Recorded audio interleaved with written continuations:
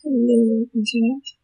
I'm Deathy, and today I'm going to continue reading Grandpa's Way, Chapter 11. Grandpa's Way is written by Atlanta-Decatur. I know that many videos before this do not include the link to the story in the description below. I do intend to include them. I just haven't been able to with everything that's been going on, because most of them were uploaded from my phone while I was at my father's, attempting to stay somewhat on schedule. So, yeah, I believe I talked about some of the stuff that's been going on in the previous video. I'm not sure. But yeah. So, question of the day, since we are reading a Rama fan fiction, I'm going to presume many of you are fans of Rama 1/2, so what is your, who is your favorite character of Rama 1/2? Let's go there. Question of the day. Leave comments in the comment section below, and hopefully we'll have a fun little conversation on favorite characters. And so now we'll start chapter 11, titled Insight 2. Ryoga felt uneasy. He risked a glance toward his fiance's direction, not only to find what he'd been finding the whole morning. Her eyes on him. Of course, whenever he looked, she'd turn her eyes away. If he hadn't known, but he'd sworn she'd been blushing. What was this sudden burst of attention? Had he done something wrong? Did it have to do with her crying the day before?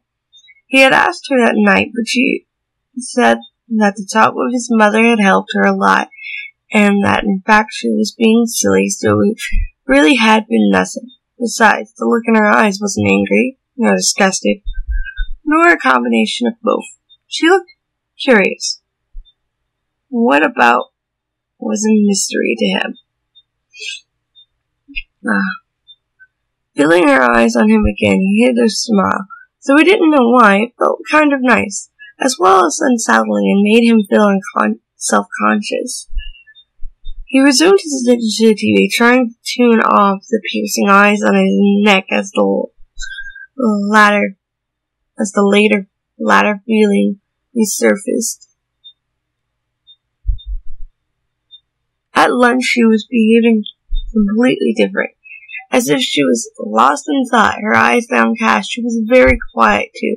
It felt like she had been searching for something in him the whole morning, and just found out that it wasn't there. What could she possibly want from him? And then the blush exploded in his face, making his skin glow.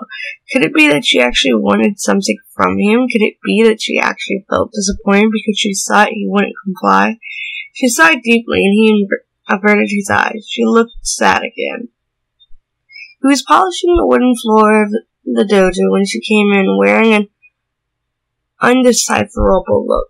She rested her head on the wide door frame, avoiding eye contact.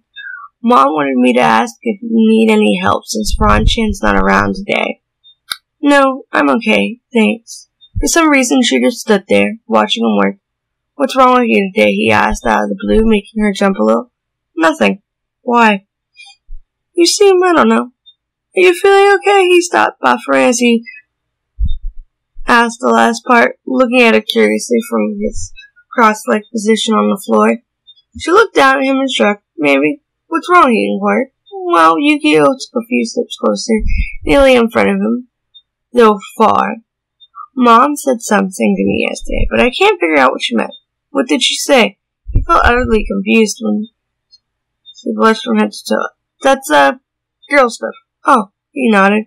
He didn't want to know about Yukio's girly things, though the way she was blushing, absent-mindedly drawing circles on the smooth floor with her fingers, the way the soft sweater embraced itself into her slim waist as he discovered, while his eyes traveled across her, provoked a tingle where there shouldn't be any tingle at all, especially when looking at her. He started rubbing the wood a little too harshly, trying to distract himself from such thought, his eyes glued to the task at hand. What was that about? Hey, Ryoga. Yeah, he halted at the nervousness in her voice. There's something yes, he encouraged her. Since there's gonna be a party and all, just wanted to know, I know it could be a little uncomfortable with you. Mom invited Akane, she peered at him. And he prompted, confused.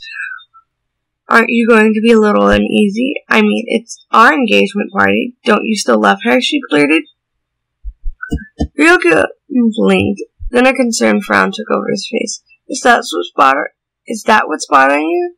You don't want to throw the party because you're still in love with Ranma?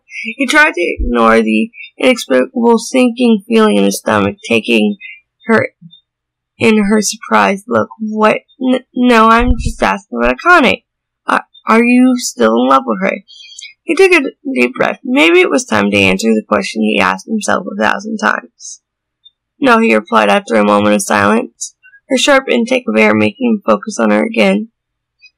There was something in her eyes that he couldn't quite fathom. It made him feel strangely warm nonetheless. Oh, she just said. Could I ask why? The boy noticed the change in her mood, from saddened down to a bit more uplifted, but she remained nervous. She looked almost shy. Then he knew that something else was going on there than just a simple talk, although he couldn't figure out what it was.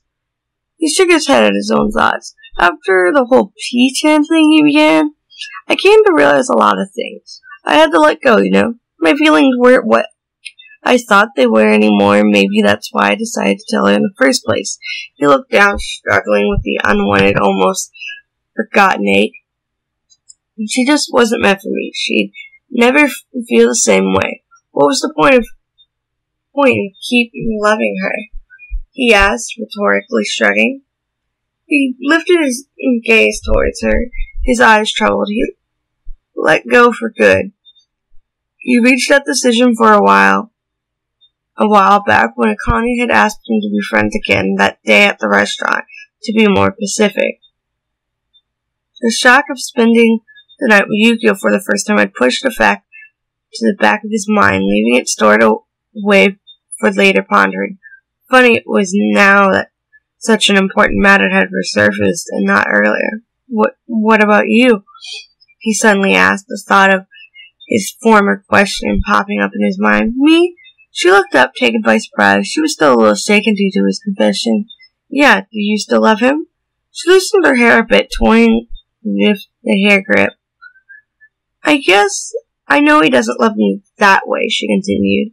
I understand that when he said he was happy about the engagement. Ours, He made it completely clear. I know he's in love with Akane. It's so obvious. I can't believe I've been so blind, she scoffed. I know what you mean, he smiled lightly. Yeah.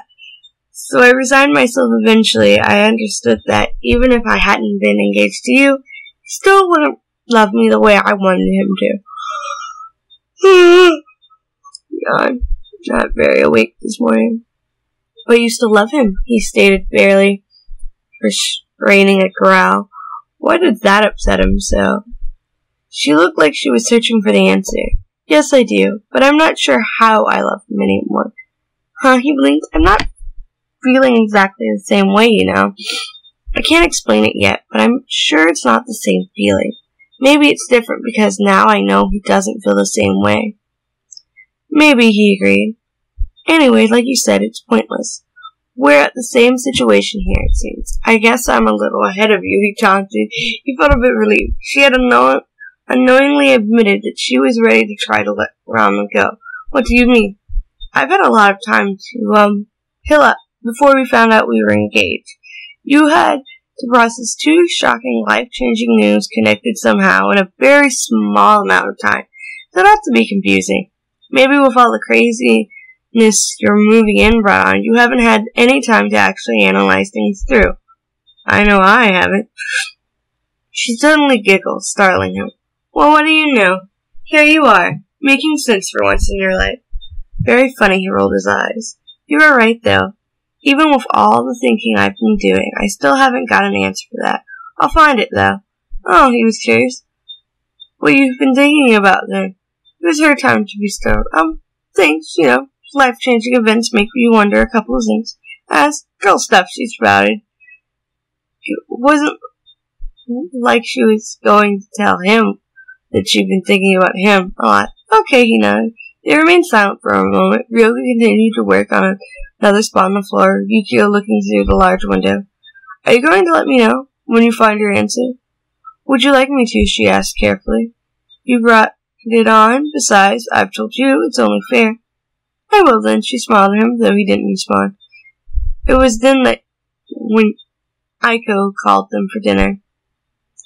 Ryoga finished his kata with a contented sigh. It'd been a while since he had trained. Building the dojo had taken most of his time, leaving no room for his training. Thankfully, it was almost over. Only a few details were left to take care of, and now he had more time for his martial arts practice. He felt that his skills had slipped a little in the 3.5 months that he'd been working on the dojo, and now it was time to catch up. He was happy because his father had planned a training trip for the weekend, and Ichiro was invited too. Not getting lost anymore had given him a home and a family again, but he had to admit that he missed camping and all it brought within. Unfortunately, Rama had heard about it, and despite Ryoga's efforts to leave him out of it, he practically forbade him to go. He knew the pigtail boy would just find a way to tag along. Ryoga had grown accustomed to the other boy's presence. Even if he hated to confess, Rama had been a great deal of help when constructing the dojo, and despite his annoyance, Ryoga didn't feel like hating him anymore. Although, due to the vast amount of time the Satome boy had been hanging around, he felt like he needed a small vacation, even if it was just for the weekend, from the eagerly friendly Ranma. Somehow the knowledge of the fact that his plans were going to be ruined plastered itself in the back of his mind. His fiancée was another matter altogether. After the talk they had shared at the beginning of the week, things had been more or less better between them. But since she found out yesterday he was leaving, it seemed that something was in fact bothering her again. She had assumed, as well as he did, that Rama was going with him. So he didn't really know if she was worried about the pigtail boy or if there was something else. Ryoga didn't know how to feel about that. When he came out of the bedroom's little bathroom after taking his night shower, he found her sitting on the bed, her knees to her chest, her eyes absently focused on the TV. Nothing going on tonight? Not really, she replied. Her voice sounded bored. You were quiet today, he said as he sat on the bed, joining her under the covers. Yukio shrugged. I guess. So, what are you doing this weekend? He asked almost too casually. The thought that she might be mad at him for leaving crossed his mind, but he dismissed it quickly. It was as crazy and unlikely as to affirm that Rama had tagged. She seemed a little surprised at his attempt at small talk. Akane asked me to go shopping with her, and maybe we'll catch a movie afterwards, she told him in a more or less excited voice. That sounds like fun, I guess. More girl time, she sighed. I don't think you'd like it. She smiled, wrinkling her nose. Probably not, he chuckled. At least she seemed to be feeling better. Do you want to watch something? He shook his head. Gotta leave early tomorrow. Right, she nodded, switching the TV off. Good night, then. Night, Yukio. When she turned off the lights and tucked herself in firmly under the covers, he couldn't help but wonder why the screen wasn't, once again, unfolded.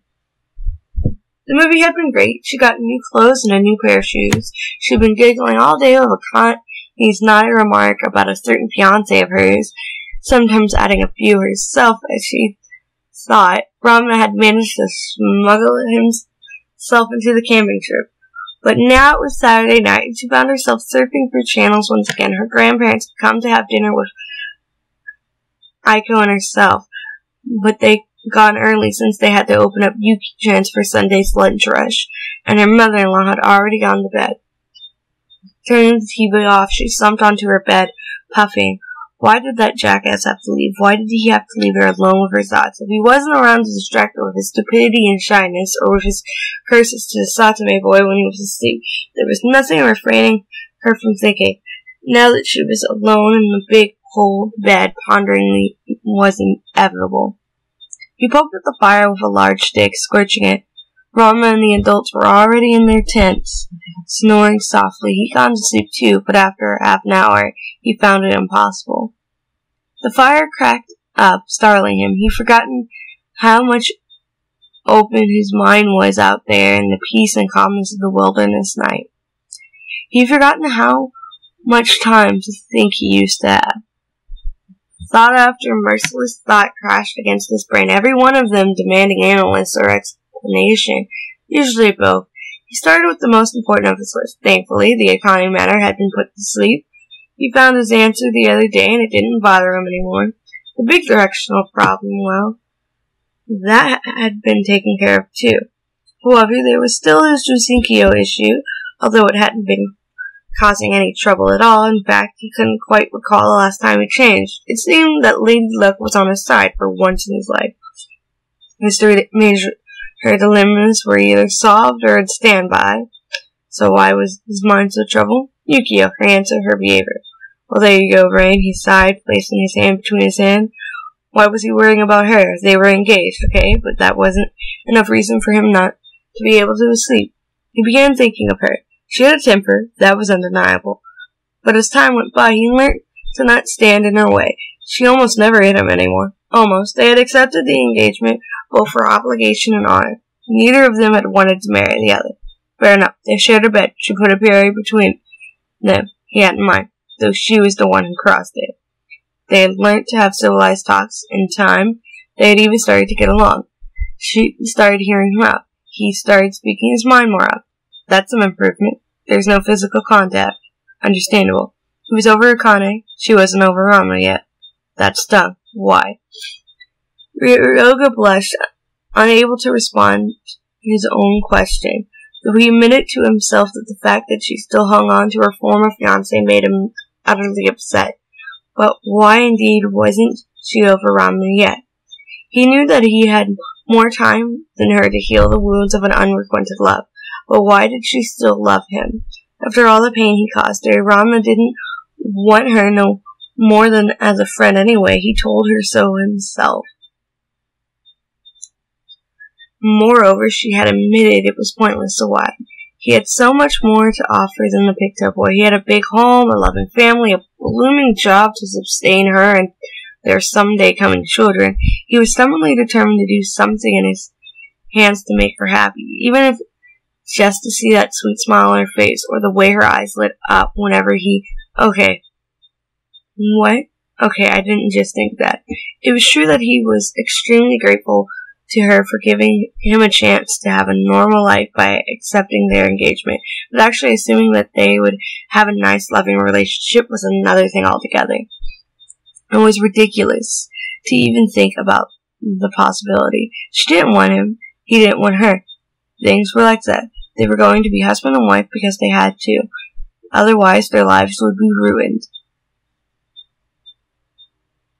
He'd be lost forever and God knows where, unable to reach any member of his family for years in between, probably alone for good.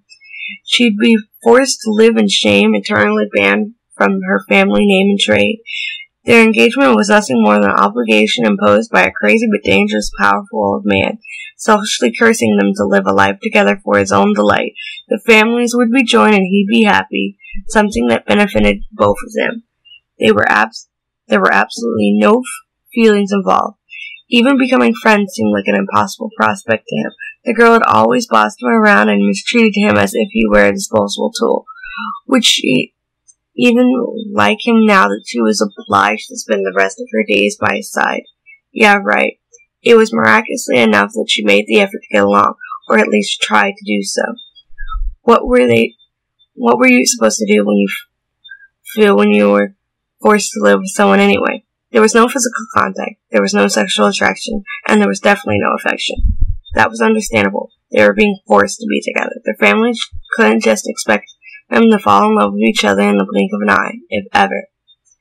But he started to feel weird things lately, especially when she was around. He had to admit, even if reluctantly, that she was an attractive girl and maybe even cute in her own little ways. She had started to dress more femininely, making him appreciate the real shape of her body. He realized that she wasn't dressing like a girl like Akane did. She looked and dressed and acted like a woman, especially when she wore those silk pajamas. No need to think about that now, or the suiting skirts and dresses, or the tight jeans. Besides, he could also tell by the smooth way she moved her hands now, and by the way she swayed her hips when she walked, and by the swift way she pushed her hair back above her shoulder when it bothered her, leaving her graceful neck exposed. She wasn't burlesque, boyish Yukio anymore. She was feminine, beautiful Yukio now. She changed, and she changed him with her. He knew he was still shy and self-conscious, hopeless romantic, socially inept moron that went to pieces when a girl looked his way. But he started to grow a spine, eventually, and his nosebleeds and fainting were farther in between. Something he just had to learn to control, or he'd be spatula almost every night. Because, and he didn't like to acknowledge it, her curves and body language made him think things that he wouldn't even dare think of, that never had happened with Akane, and he'd been sleeping with her too. But that was also reasonable, since she was a very, very attractive girl, and he was a young man, and they were forced to share a bed.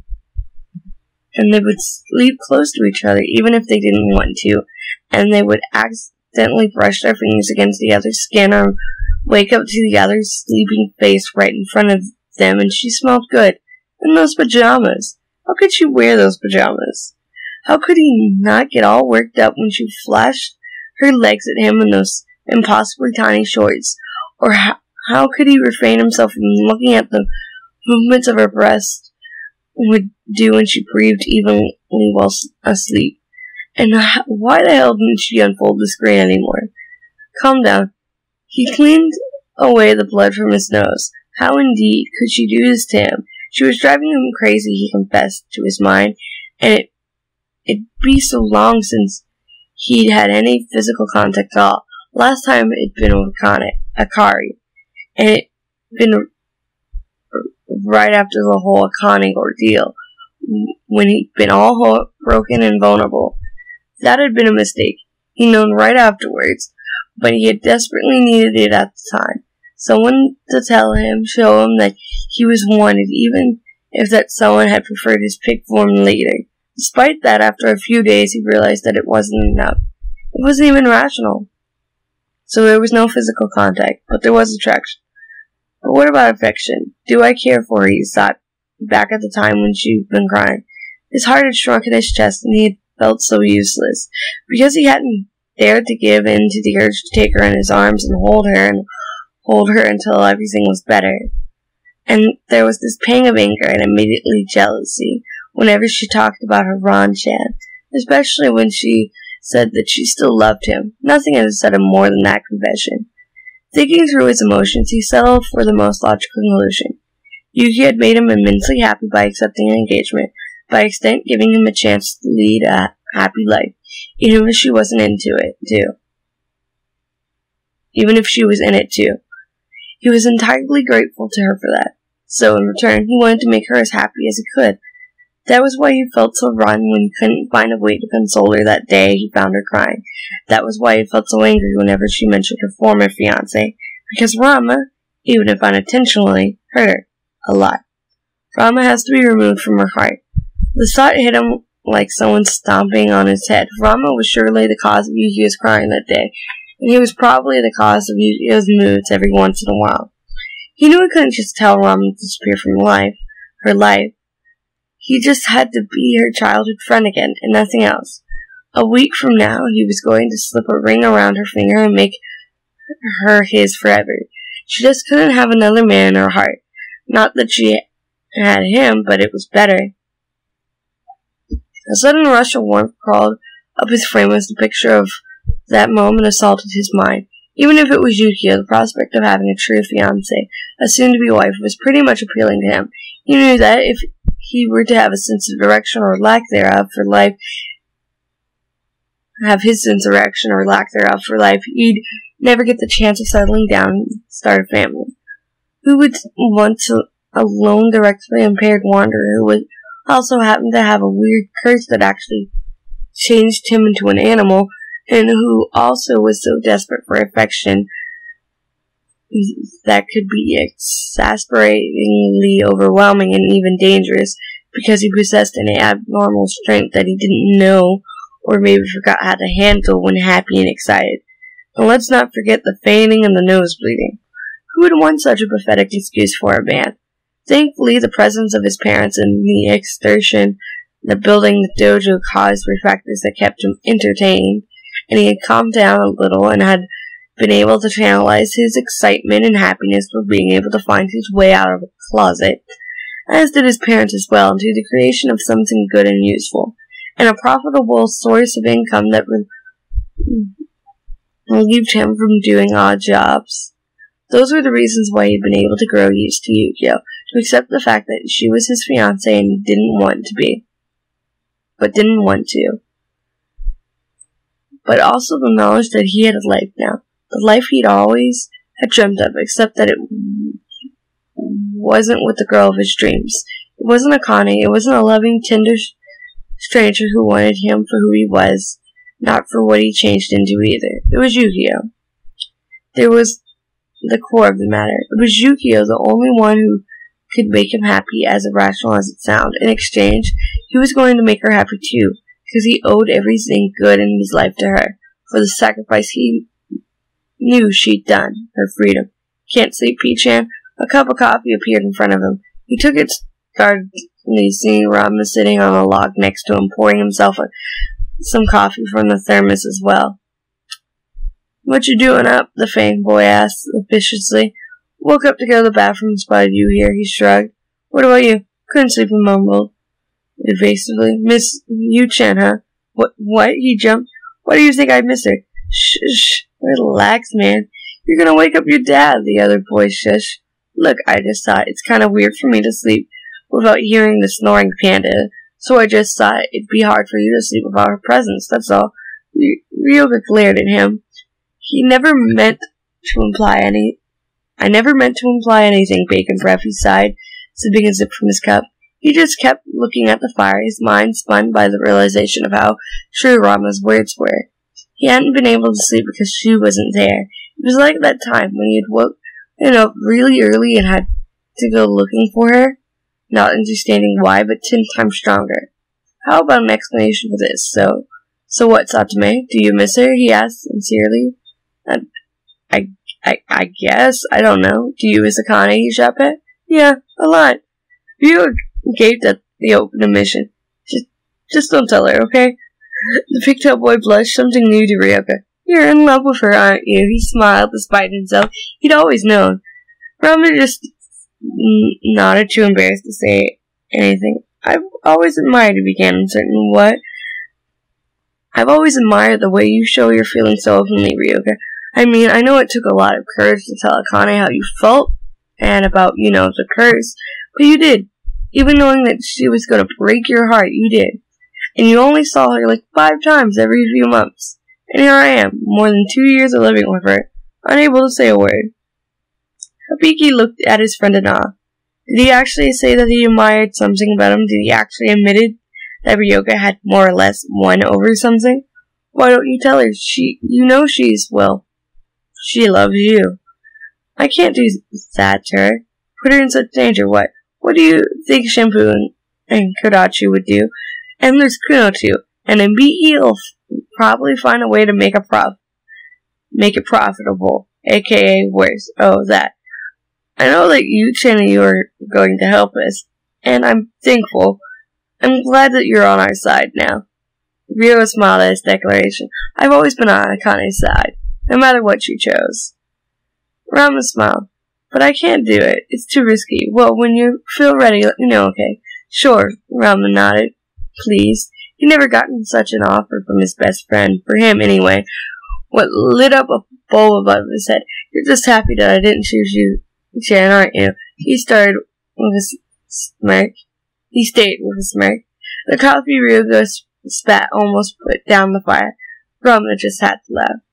And that is the end of Chapter 11. So I hope you all enjoyed that. And let me know what you think of it. sure to go to the site and review it, leave plenty of comments, answer the question of the day, which is, what is your favorite Ranma character? And so, yeah, that's it. Thank you all so much for listening. Bye bye!